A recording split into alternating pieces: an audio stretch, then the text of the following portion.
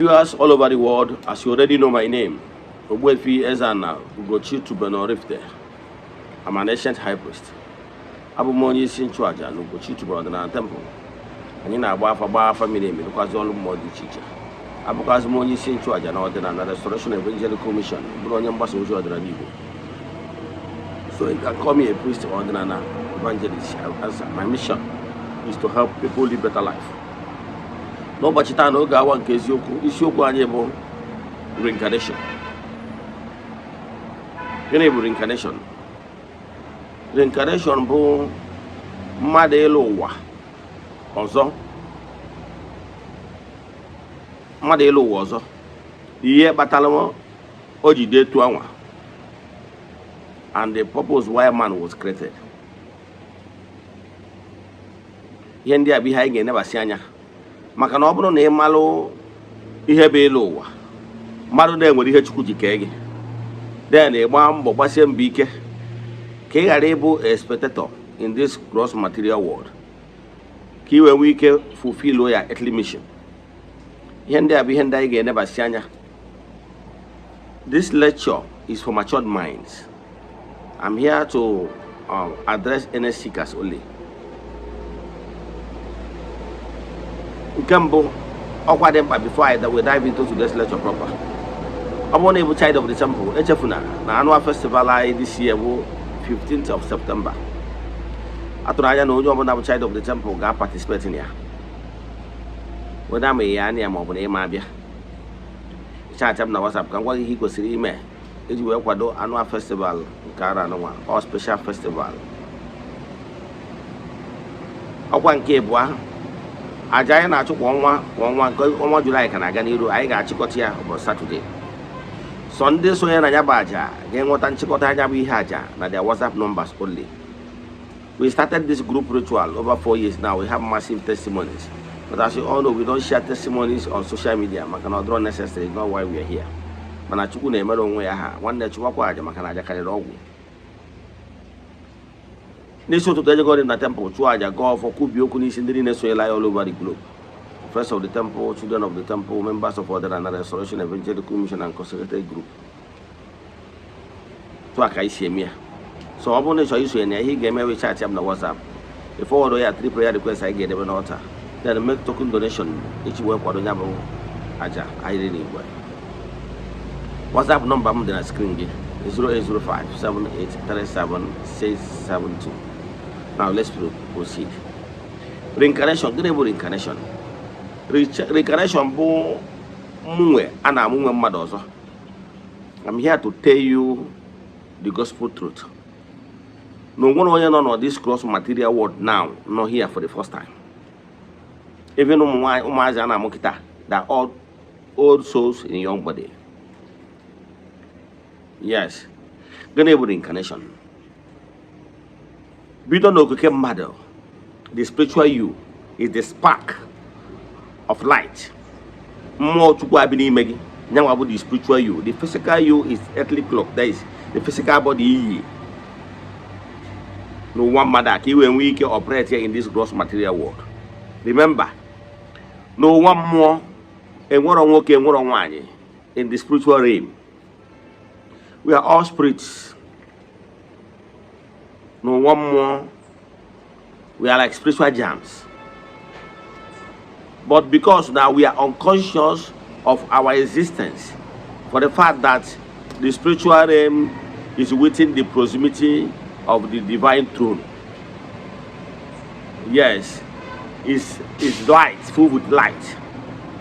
So for that reason, human spirit is, we are unconscious of our existence. Where were you in the last 500 years? You know, you don't know. Now, Chukwu in his infinite mercy decided to send human spirit far back, far from the spiritual realm. That's why we are sent to this gross material world. Before human spirit arrived to this gross material world, gross material world has been in existence millions of years. And the elemental beings and the mystic beings has been occupying this gross material world. Yes, that have been here to furthering creation.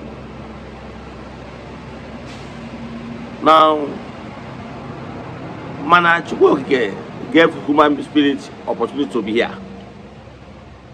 And when we are coming down to this gross material world, in the ethereal realm is where human spirit, like I want to use the layman understanding in teaching so that you understand it. The ethereal realm is like the gateway.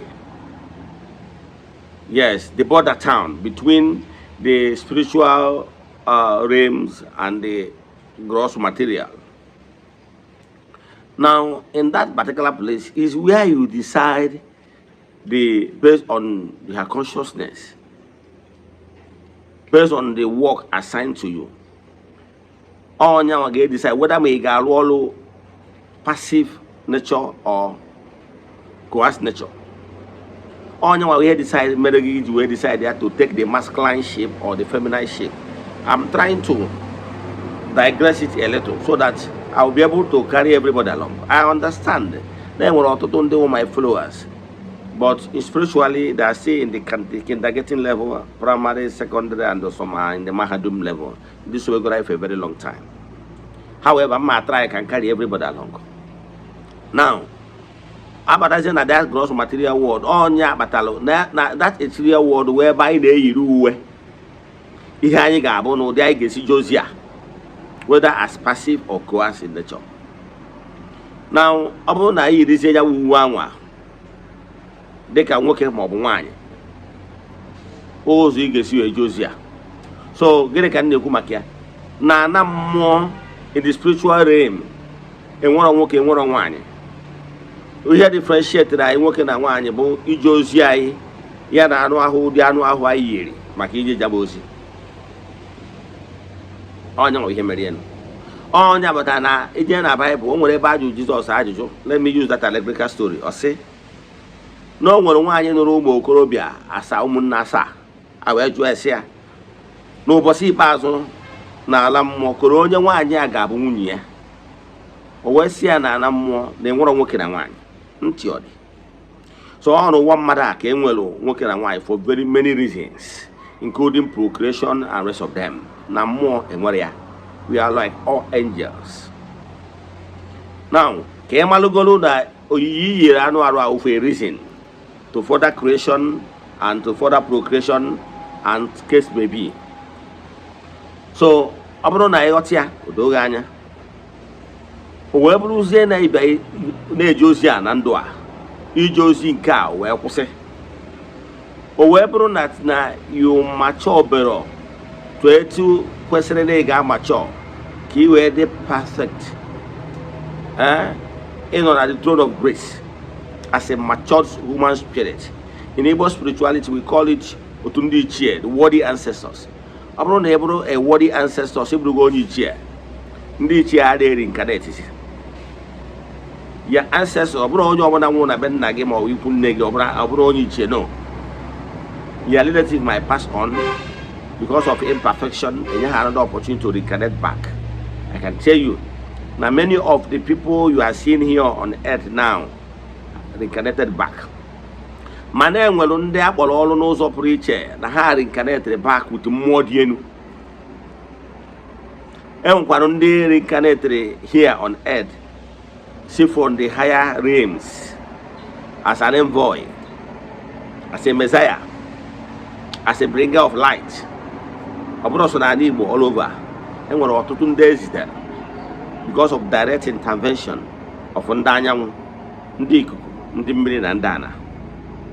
And when they were special envoy, abroad side I can show you gata. Man, enjoy a koala gable, then we're reason I do not here on earth. Now, about them where is the edge where be only upon an all way Canada. Among a good all on Andoa. No day, Ude Anwa he, Maki Josia. A Josia, Opposition Wonyama, again Yonyawanana. The spiritual you will be returned back. This return back in the word of the spirits. Let me put it this way. I told can be over the spiritual realms because all the too many. But let me use the word easy in the word of the spirit. until the time you are being permitted again to repeat class.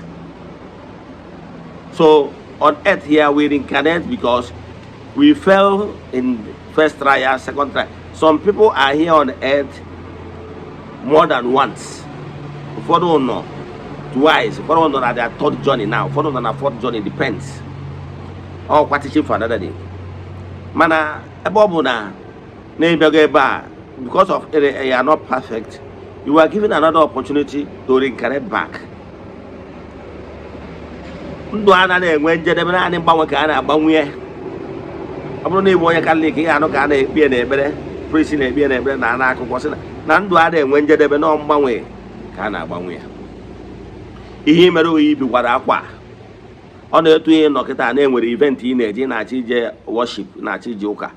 Ite akwa iji eje ụka. Ịbata jesi ụka bata. Ọ bụrụ na ị chọkwazịrị ije meeting, yipụkwa akwa yiri akwa ije meeting. O nwere ike ịchọ ije mee swimming. Iraq we just swim. Eyotalia?